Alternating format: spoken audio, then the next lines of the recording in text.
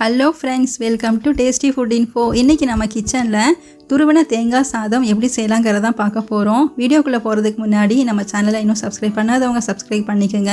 பக்கத்தில் இருக்க பெல் ஐக்கானை கிளிக் பண்ணிக்கோங்க. வாங்க நம்ம இப்போது இந்த டிஷ் எப்படி செய்யலாங்கிறத பார்க்கலாம். ஒரு பேனில் 3 டேபிள் ஸ்பூன் ஆயில் சேர்த்துக்குங்க. கொஞ்சம் கடுகு பருப்பு சேர்த்துக்குங்க. அப்புறம் கொஞ்சம் கடலைப்பருப்பு, நீங்கள் விருப்பப்பட்டால் நடக்கல்லையும் சேர்த்துக்கோங்க. 2-3 வரமிளகாவை 2-3 பிச்சு இது கூட சேர்த்துக்குங்க. எல்லாத்தையும் சேர்த்து நல்லா கலந்து விட்டுக்குங்க. கடலைப்பருப்பு பொன்னிறம் ஆகிற வரைக்கும் நல்லா எண்ணெயில் கலந்து விட்டுக்குங்க.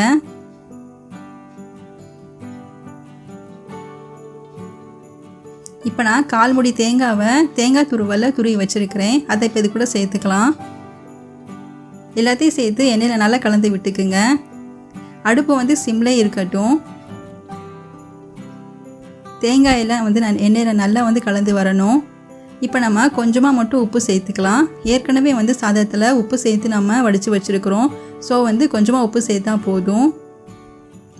இது கூட 1/2 டீஸ்பூன் மிளகுத்தூள் சேர்த்துக்குங்க. மிளகுத்தூள் உங்களுக்கு ஆப்ஷனல் தான், நீங்கள் விருப்பப்பட்டால் சேர்த்துக்குங்க. எல்லாத்தையும் சேர்த்து நல்லா கலந்து விட்டுக்குங்க. தேங்காய் எண்ணெயில் நல்லா கலந்து வருது. வாசனை பார்த்தீங்கன்னா அவ்வளோ நல்லா இருக்குது. இப்போ நம்ம வடித்து வச்சுருக்க சாதத்தை இது கூட சேர்த்துக்கலாம்.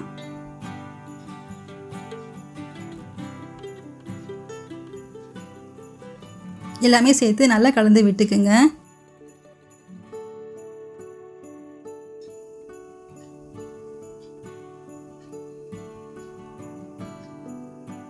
நல்லா எண்ணெயில் கலந்து வரட்டும் சாதம் நமக்கு. நான் இப்போ 2 பேர் சாப்பிட்ற அளவுக்கு சாதம் ரெடி பண்ணியிருக்கிறேன்.